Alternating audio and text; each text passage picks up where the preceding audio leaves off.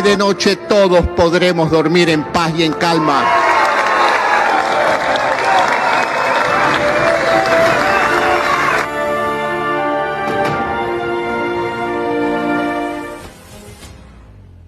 Saludos cordiales. Lo escuchábamos. Justamente se trata de Guillermo Lasso Mendoza, un empresario ex banquero de 65 años que en su tercer intento por llegar a la presidencia de la República de Ecuador lo logra. Ese que escuchamos era su discurso ante sus simpatizantes, sus seguidores, el país que lo escuchaba para conocer justamente a aquel presidente electo, porque aún no se lo oficializa. Su asunción será justamente en mayo, pero ya se lo reconoce a nivel nacional e internacionalmente como el presidente electo de Ecuador. Un hombre quien, como dijimos, también ha cumplido roles dentro de la función pública, fue exministro de Finanzas y básicamente en esta era, en esta etapa de su vida donde llega a la presidencia de la República de Ecuador, se encierran una serie de interrogantes y expectativas positivas, muchas de ellas, para que él pueda terminar su periodo y en democracia esto pueda ser lo mejor para los ecuatorianos y ecuatorianas. Es justamente donde vamos a adentrarnos, vamos a profundizar para todas esas perspectivas que se tienen, esas previsiones que se tienen en lo que será la administración de Guillermo Lasso Mendoza. Aquí empezamos lo decisivo.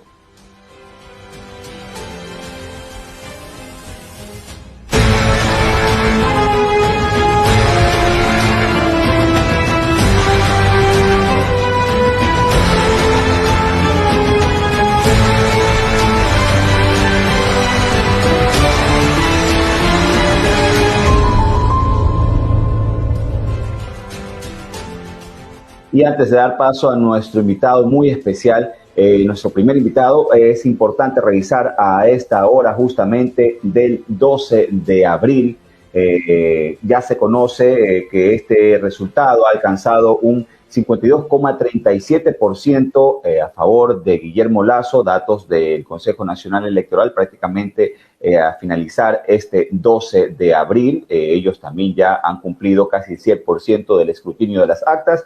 Y mientras tanto, Andrés Arauz, el candidato auspiciado, impulsado por el correísmo, alcanzó un 47,63%, cifras que evidentemente reflejan por qué ellos dos estuvieron en una segunda vuelta electoral, pero al final fueron los ecuatorianos y ecuatorianas quienes decidieron que sea Guillermo Lasso quien vaya estos 4 años como su presidente de la República. Las previsiones, lo que se espera, esa mirada también enfocada en la parte internacional y la geopolítica, ¿quién mejor que un hombre de alto rango dentro de la función pública, de la administración, sobre todo de gobierno? Vamos a dar de inmediato la bienvenida a don Otto Sones Hollner. Él fue vicepresidente de Ecuador y a él le consultamos de inmediato todas estas interrogantes, pero antes la bienvenida, Otto, gracias por acompañarnos nuevamente. Hola Tyron, un gusto poder conversar contigo y tu público a través de este medio. Una buena noche para ti. Claro, buena noche también. Otto, aquí evidentemente ya el tema elecciones hay que dejarlo a un lado, hay que ir consolidando, esperar también la oficialización de datos del Consejo Nacional Electoral y esperar a mayo a la asunción de Guillermo Lasso. Pero desde ya hay que ir comenzando a preparar un escenario para que dicha transición vaya justamente de la mano a la democracia y la tranquilidad. Ya en aspectos como vacunación, también lo que será su administración, se han conocido de la boca mismo de Guillermo Lasso. Pero aquí hablando de este tema de los cambios políticos, Otto, usted que justamente académicamente también se ha preparado para estos asuntos de la política internacional, ¿qué tan duro puede ser esa transición para Guillermo Lasso? Porque a la larga todo el mundo habla de que su administración va a ser enfocada netamente a un modelo de gobierno muy distinto al que ejecutó en este caso Rafael Correa, que de una u otra manera también se lo vincula una parte o un tiempo, un periodo a la administración de Lenín Moreno y otra no. Entonces, ¿qué tan impactante puede ser esa transición en la administración ahora de Guillermo Lasso? Bueno, él tiene algunos desafíos. El principal es que el modelo del socialismo del siglo XXI está enquistado en la función pública del Ecuador, en sus sistemas, en sus metodologías, en la formación y mentalidad de algunos funcionarios públicos. Entonces eso no es que se cambia porque cambia el presidente. Eso es un esfuerzo grande que hay que hacer liderando con el ejemplo y demostrando que las nuevas ideas pueden ser mejores. Es muy difícil, sobre todo cuando encuentras que hay funcionarios públicos que no comprenden que no se trata de hacer fracasar a un gobierno en función de que se añore el anterior. No, uno es funcionario público y tiene que dejar la ideología y la simpatía por los partidos políticos a un lado porque está al servicio del Ecuador. Y el éxito de un gobierno es el éxito de todo un país. Entonces, si uno realmente ama a su país y es funcionario público, tiene que olvidarse de sus simpatías o antipatías por uno u otro líder y dedicarse a que su trabajo se haga bien, porque los ecuatorianos para eso pagamos nuestros impuestos. En todo caso, ahora, los desafíos son muchos y los principales son los sanitarios y los económicos, sin duda. En ambos casos, sin dejar de priorizar a los ciudadanos que la están pasando muy mal durante esta crisis tan dura para el Ecuador y el mundo. Entonces, usted tiene que resolver problemas económicos serios.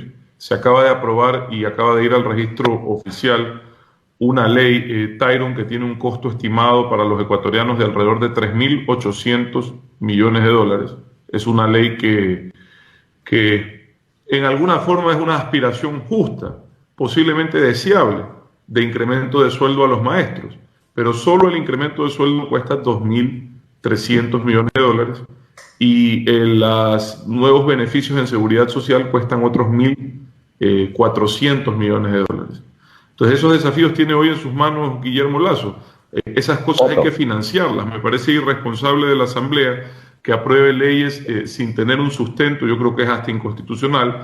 Y claro, ahorita todo el mundo quiere hacerlo popular y nadie quiere hablar de lo correcto. A mí me encantaría que los maestros ganen, no 1.000, que ganen 1.500 dólares. Mucho más, correcto. ¿Cómo lo vas a pagar? Entonces con esos problemas empieza Guillermo Lasso. Los transportistas ya están hablando de alza de pasajes. Con esos problemas empieza Guillermo Lasso. Yo estoy contento porque, Tyron, solo déjeme terminar esta idea.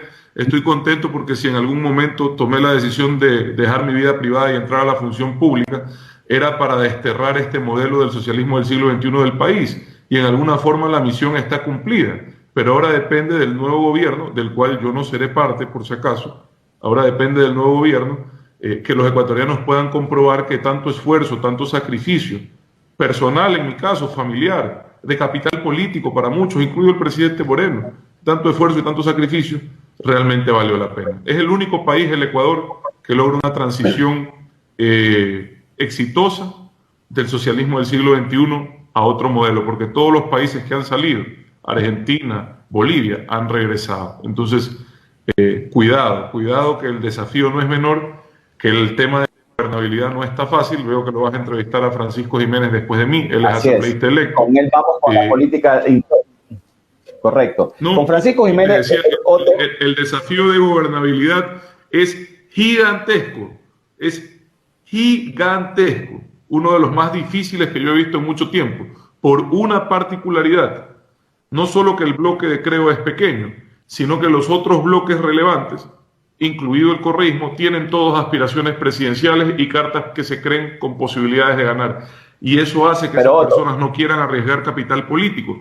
Yo decía el otro día, Tyron, el capital político no es para cuidarlo en función de uno para sentirse chévere, bacán y guapo y tenerlo en un cuadro. Es para depositarlo en beneficio del Ecuador y sacar adelante al país, para ponerlo en las decisiones difíciles que el país necesita, como las que estamos conversando. Perfecto, Otto.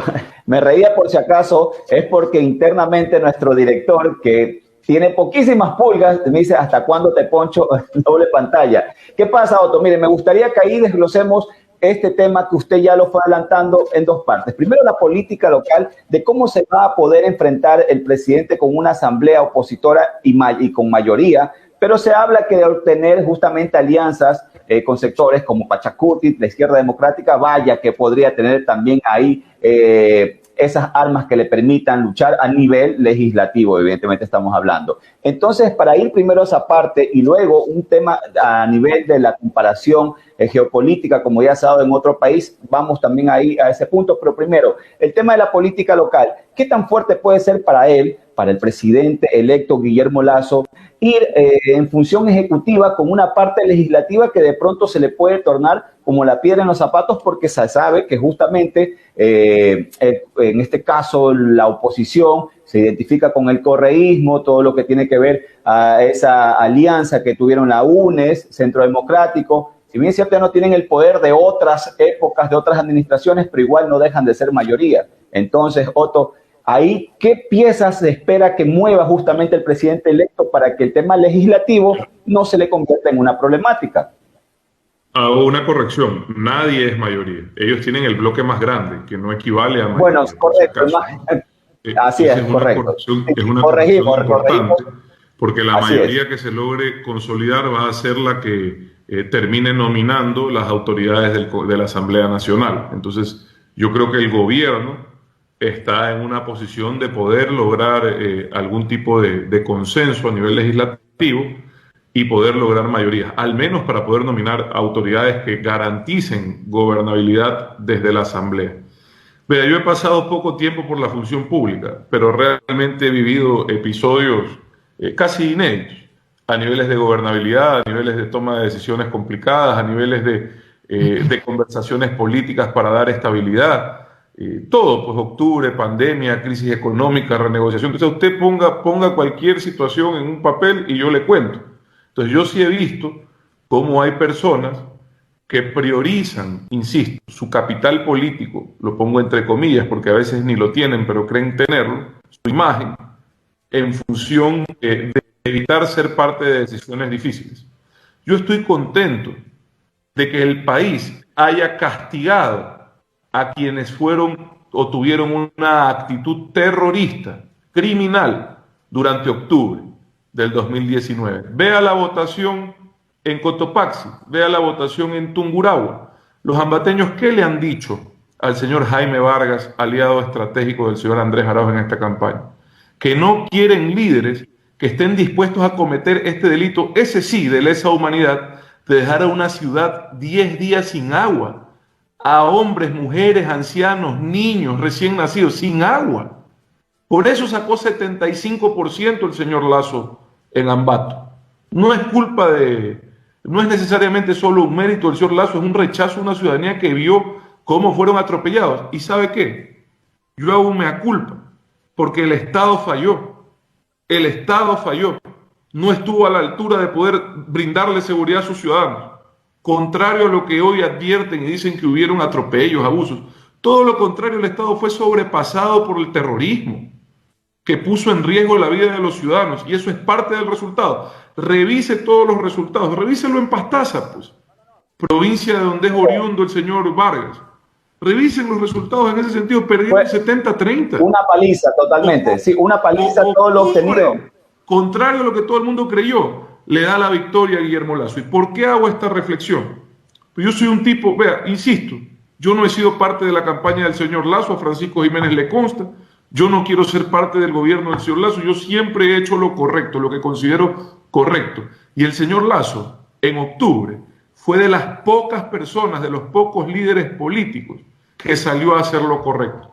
Y dijo que esa era una decisión importante y necesaria y llamó al país a la paz, cuando él pudo haberse sumado al incendio que parecía en ese momento lo popular. Y vea cómo el país le devuelve ese gesto a Guillermo Lasso. Entonces a mí eso sí me llena de esperanza, Tyron, porque si la ciudadanía o si los líderes políticos terminan de comprender que hacer lo correcto a la larga, con sacrificio, con esfuerzo, pero a la larga te lleva a la presidencia de la República, ojalá hagan otro análisis de cómo valoran y piensan en invertir su capital político. Por eso hago esta reflexión, Tyron, porque esta discusión va a ser la base de la gobernabilidad, porque cuando el señor Lasso empiece a decir, ¿saben qué, señores? Está hermosa la ley de educación intercultural que acaban de aprobar. Está hermosa, está preciosa, pero no hay cómo pagarla. Díganme ustedes qué hacemos, porque yo sí quiero subirle los sueldos a los maestros. ¿Qué vamos a hacer? ¿Ustedes me van a apoyar para ver qué gastos recortamos o qué ingresos aumentamos? ¿O van a hacerse los locos y solo se van a quedar con el lado bonito de la moneda, con la cara bonita de la moneda? Esas son las discusiones serias del Ecuador. Totalmente de acuerdo, Otto. Incluso cuando decíamos en dos partes que necesitaba su explicación, ya ahí está la primera, y la segunda va muy ligada. ¿Por qué? Tomando un ejemplo a nivel internacional, Argentina sí que fue se puede considerar un ejemplo de esa transición fallida de justamente salir de ese modelo del socialismo del siglo XXI a un modelo más abierto a la democracia, al empresariado, como lo que fue Mauricio Macri. No los queremos defender, evidentemente, pero a nivel internacional, incluso las posturas que estaban a favor del gobierno, en este caso de lo que fue Cristina Fernández, actualmente vicepresidenta, se daban cuenta que la desestabilización de Argentina pasaba justamente por su oposición y no con mecanismos democráticos. ¿Qué pasó? Que finalmente los números fueron muy en contra de Mauricio Macri, pero deja la lección donde podemos dejar nosotros la comparación con el tema ecuatoriano. Y ahí viene la preocupación, que de pronto esa oposición se enfrasque en querer de que el gobierno tenga un sinnúmero de errores e incluso se vuelvan a generar esos fantasmas de la desestabilización, de convocar a la gente a las calles, de vetar proyectos. Recién a la señora Kirchner le ha tocado gobernar en crisis y vea cómo le va. Es muy fácil estar en la oposición cuando el país se desbarata. Es muy fácil criticar. Lo difícil es armarse de valor y tomar decisiones que 40 años no se tomaron en el Ecuador. Lo difícil es tener los pantalones de levantarse a enfrentar un paro violento, agresivo, ¿verdad? O una pandemia brutal. Eso es lo difícil. Lo fácil es criticar. Otro acto que reconozco del señor Lasso. Tengo que ser justo, siempre lo he sido. El señor Lasso en la pandemia fue de los pocos líderes que tuvo una actitud propositiva, de unidad. Eso también le está reconociendo la ciudadanía. El señor Correa se dedicó a insultar, a repartir noticias falsas, a criticar el esfuerzo que estábamos haciendo los que nos estábamos jugando la vida, y no tuvo siquiera la delicadeza de mandar una mascarilla. Esas son las diferencias que hoy lo llevan a la presidencia. Hacer lo correcto. ¿Por qué lo digo? No por ensalzar o alabar al señor Lasso, no me interesa, créame. Él sabe, yo he sido duro con él y él lo sabe. Y lo seguiré siendo en las cosas que no coinciden. Sino porque necesito que el país comprenda que hay que hacer lo correcto por encima de lo popular, que hay que actuar haciendo lo correcto, es lo único que nos va a permitir salir adelante. Y los líderes políticos que hoy tienen aspiraciones presidenciales, que sepan que de nada les van a servir si no hay país que dirigir en 4 años. Porque si no se resuelven los graves problemas, se han tomado decisiones importantes, renegociación de deuda externa, eliminación progresiva de subsidios de combustible, son decisiones estructurales que permiten la sostenibilidad de la economía. Pero un solo acto demagógico de la Asamblea hizo retroceder todo eso, que fue lo de incrementar el gasto público en 4.000 millones de dólares con una sola ley. Es inédito en la historia del Ecuador. Y nadie habla de esto. Nadie habla de esto. Insisto, me encantaría que hubiesen dicho, paguémosles más a los maestros, porque créame, es justo, merecido. Pero también hubiesen explicado de dónde, con qué y cómo. Porque una moneda tiene 2 caras. ¿Ya? Y esa es totalmente la responsabilidad. Y con eso empieza el señor Lasso, Tyron. Lamentablemente, se lo tengo que decir, empieza con esos problemas. Bueno, y es que de eso se trata el programa, por ende, lo decisivo, incisivo, en tratar las temáticas no con una especie de mala intención, sino más bien para tratar los puntos claves y que estos vayan generando una opinión, una perspectiva, un punto de vista que salga justamente de los indicados en asuntos sobre todo políticos. Una consulta más para darle paso ya a nuestro siguiente invitado, ir a un primer corte, Otto.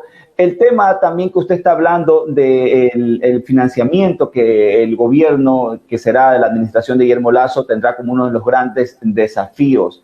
Aquí muchos han comenzado ya a cuestionar en horas de que se ha dado a conocer ya su presidencia electa, Guillermo Lasso, han tomado incluso a mal el hecho que el mismo Fondo Monetario Internacional haya destacado y reconocido su triunfo en las urnas. Entonces, ese es otro aspecto que va a ir muy ligado, porque cuando se trata de obtener financiamientos, ven mal ir de pronto al Fondo Monetario Internacional, pero otros lo han visto bien cuando van con el gobierno de China o viceversa, y a la larga no se dan cuenta que un préstamo o un financiamiento para un país nunca puede ser negativo, siempre y cuando se cumpla con los parámetros de soberanía y de cumplimiento para nuestro país. Son estos discursos de barricada de los años 90 que lamentablemente siguen calando de forma dogmática en algunos ciudadanos, ¿verdad? No a los acuerdos comerciales. Los acuerdos comerciales no son per se buenos o per se malos, dependen del nivel de negociación y la calidad del esfuerzo que haga cada país por defender sus intereses y promocionar sus objetivos. Entonces, aquí está en marcha un acuerdo comercial con Estados Unidos. Enhorabuena. ¿Es bueno o malo? Depende de cómo termine. Ya queda en la cancha del señor Lazo, pero ya está rodando la pelota. Eso es bastante. Estuvo paralizada 10 años esa pelota. Aquí hay en marcha un acuerdo con los multilaterales, que es el mejor financiamiento que puede conseguir el Ecuador en estas circunstancias. Las mejores tasas de interés, los mejores plazos. Efectivamente, te piden contraprestaciones a cambio. ¿Por qué? Porque necesitan que les devuelvas el dinero, es un préstamo, no un regalo, y nadie le presta al que no está en capacidad de devolver. Entonces te piden que equilibres tus finanzas públicas.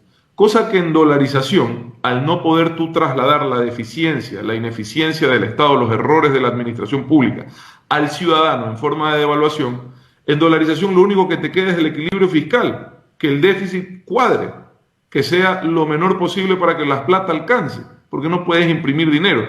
Y eso es todo lo que piden los multilaterales. Y ni siquiera es que te dicen cómo hacerlo. Tú escoges y tú propones. Entonces el Ecuador, en el caso del presidente Moreno, en el tiempo que yo estuve, en vez de subir impuestos, decidió que iba a hacer una eliminación de subsidios, de los cuales se entregaba progresivamente al menos la mitad en forma de bonos a los ciudadanos, no por pedido del fondo, a los ciudadanos que están pasando duro en esta emergencia. Cuando los subsidios llegaron a ser 600 millones menos, en el año pasado se entregaron 300 millones a los más pobres en bonos de emergencia. Este año que los subsidios se van a reducir hasta 1.600 millones de dólares, se van a entregar 800 millones de dólares en bonos de emergencia a los ciudadanos que están pasando mal.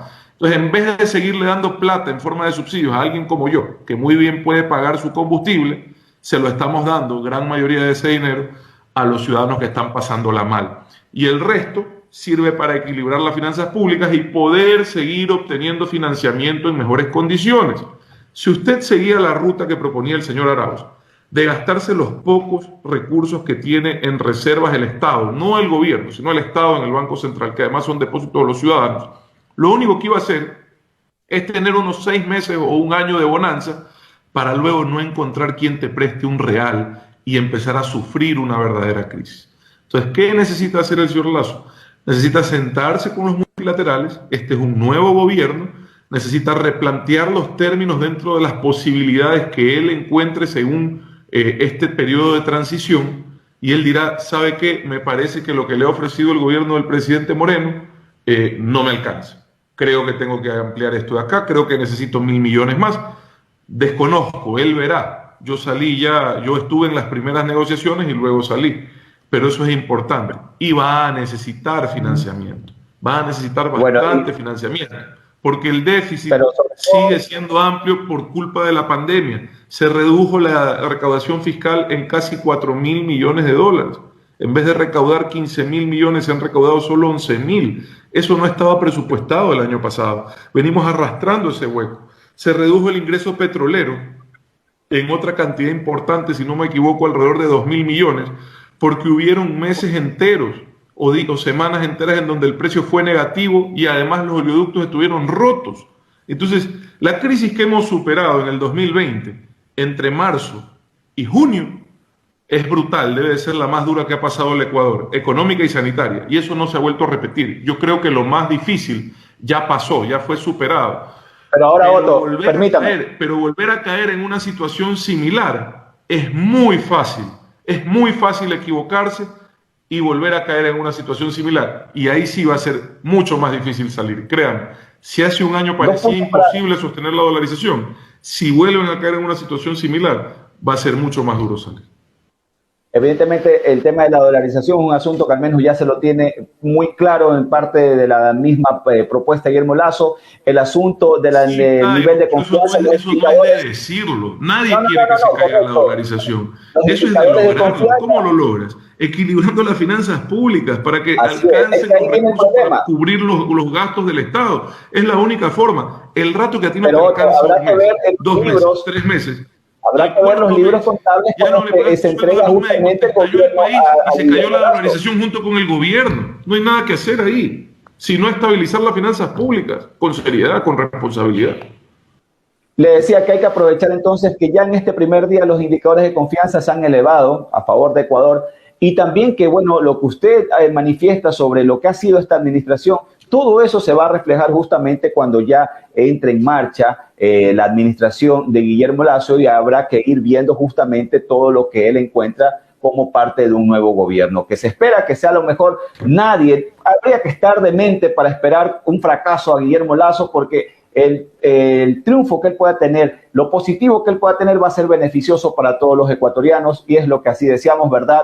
Don Otto Sonnesholder, y agradecerle también por su presencia nuevamente. Qué contundente que ha sido en su análisis.